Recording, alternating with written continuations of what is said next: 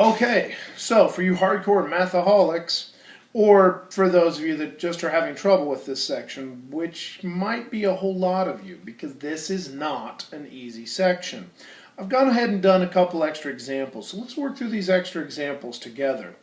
Now in this case, it says we need to take this problem, and the directions tell us to turn it into something that no longer has a fraction in it. So even if the top is ugly, we just don't want a fraction. Now, we have all sorts of problems here. One way we could go about this is we could say, ooh, look, secant and a 1 minus, maybe that's Pythagorean. But it's not, because that's a plus, this is a minus, that's just not going to work. Okay, well, what about, it could be some other Pythagorean, but it's not squared. See, Pythagorean has to be squared. Let me be clear, you cannot, ladies and gentlemen, just go, oops, squared, squared. That's breaking 19 rules of math. That is bad, okay? Bad, bad, bad. Now, I could, I suppose, turn them all into sines and cosines. Maybe we can try that. With that, let's go 3 times sine of x over cosine of x. And that would be by quotient property. Then on the bottom, I would say 1 minus 1 over cosine x. And that would be by reciprocal property. Now, okay, that's at least a start, because I have cosine x as a denominator on top. I have cosine x as part of the denominator on the bottom. The problem is I have a 1 minus this thing. Well, let's find common denominators and multiply top and bottom by cosine x, cosine x. And in this case, I end up with 3 sine x over cosine x over cosine x minus 1 over cosine x. All right, well, from there, we have two double fractions, and that would be by simplify. Let's multiply top and bottom by reciprocal. So I'm going to multiply top and bottom by cosine x over cosine x minus 1, cosine x over cosine x minus 1. All right, cancel, cancel, cancel, cancel. Ooh, that's positive. Cancel, cancel. And I'm left with 3 sine x over cosine x minus 1.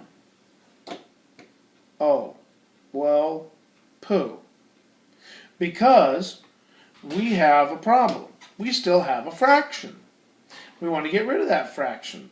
So as much awesome as I did here, it didn't work.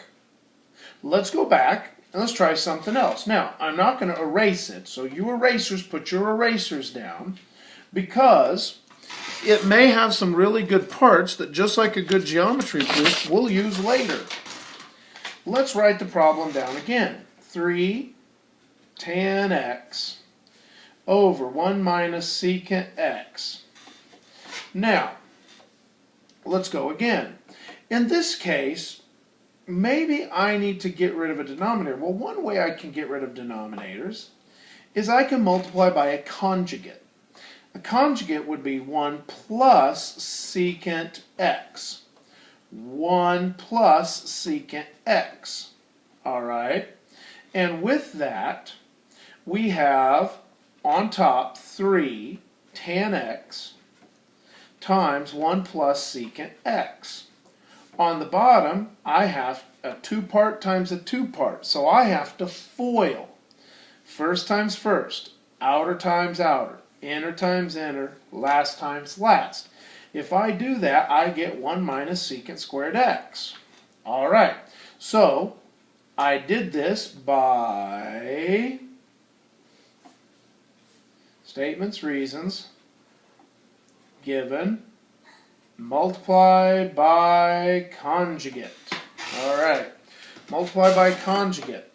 Now, in this case, that looks a whole lot more like a Pythagorean theorem than this did, because it has a square in it. Unfortunately, It's still not there yet. But let's take this theorem and let's write it over here. Tan squared theta plus 1 equals secant squared theta. Well, just like I can take sine squared plus cosine squared equals 1 and move stuff around, I can move stuff around on this one too. Can I subtract 1 from both sides? Now I get tan squared theta equals secant squared theta minus 1. Now that is really close. The only difference between these two is this is positive, this is negative, this is negative, this is positive. Well, I can sort that out by taking a negative times each side,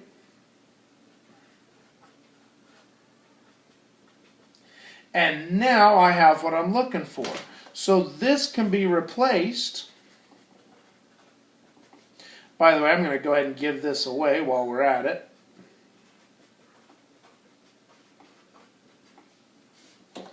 It can be replaced by negative tan squared x, or theta, in this case x. And that is by a Pythagorean theorem. Now, at this point, I can start canceling because I have a tan here and a tan here and a tan here, or I could have just done a tan and a tan. That leaves me 3 plus 3 secant x all over negative tan x. Because 1 out of the top and 1 out of the bottom would leave this. Now, the nice thing is, instead of having a subtraction on the bottom, which is what got me in trouble over here, having a subtraction on the bottom, I can now break this up and say 3 over negative tan x plus 3 secant x over negative tan x. And so this was by simplify. And this was by fractions. And now, well, I can take the negative and make it up top. And 1 over tan is cotan x. So that's gone. And we used a reciprocal property. Here, if I rewrite this, I could rewrite secant x as 1 over cosine x. And I could write tangent as sine x over cosine x. And then multiply by the reciprocal. And say cosine x over sine x, cosine x over sine x, gone, gone, gone, gone, gone, gone. And I'm left with negative 3 over sine x. And that can easily be turned into negative 3 cotan x minus 3 cosecant x. And so this was by reciprocal property, quotient property, and then another reciprocal property. So, putting them all together, by multiplying by the conjugate, it still turns out to be fairly long, but we're just moving things around. All right? So, there's an example 1 for you. And again, I show you this one because you're not going to get it right the first time every time. But some of the things that come up out of here might be things that you're going to use later or in a different problem. So, that's example 1. You can move to example 2 if you want.